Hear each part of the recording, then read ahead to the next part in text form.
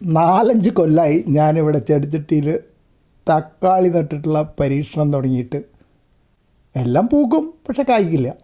അങ്ങനെയായിരുന്നു ഇത്രയും കാലം ഉണ്ടായിരുന്നത്. അതിനിടയിൽ പറമ്പിലൊക്കെ നട്ട തക്കാളി കുറച്ചൊക്കെ കായ്ച്ചിട്ടുണ്ടായിരുന്നു 1-2 കൊല്ലം മുമ്പൊക്കെ.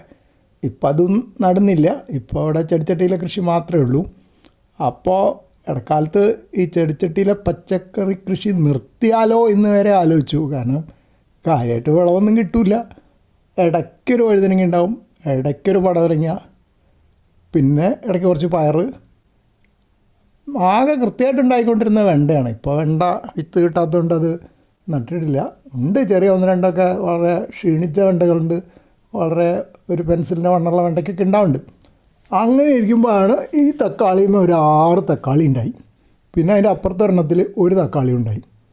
അപ്പോൾ പിന്നെ സന്തോഷം പറഞ്ഞറിയിക്കണ്ടല്ലോ. കാരണം എത്ര കൊല്ലമായിട്ടുള്ള ഒരു പരിശ്രമത്തിൻ്റെ ഒടുവിലാണല്ലോ ഇങ്ങനെ തക്കാളി കായ്ച്ച് കിട്ടുന്നത്. അപ്പോൾ ദിവസവും പോയി നോക്കും, വെള്ളം ഒഴിക്കുന്ന സമയത്ത്, നനയ്ക്കുന്ന സമയത്ത് സൂക്ഷ്മ നിരീക്ഷണമാണ്.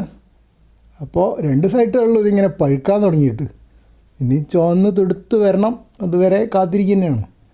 അതിൻ്റെ ഇടയിൽ കൃമികീടങ്ങൾ ആക്രമിക്കുമോ എന്നറിയില്ല.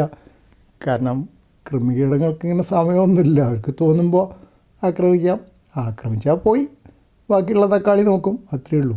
ഇതിൻ്റെ ഒന്നൊരു സാമ്പത്തിക വശം നോക്കിയാൽ ഒന്നുമില്ല. കാരണം ഇത്രയും കൊല്ലത്തെ കൃഷി പരിശ്രമത്തിന് അത്യാവശ്യം ചിലവാക്കിയിട്ടുണ്ട്.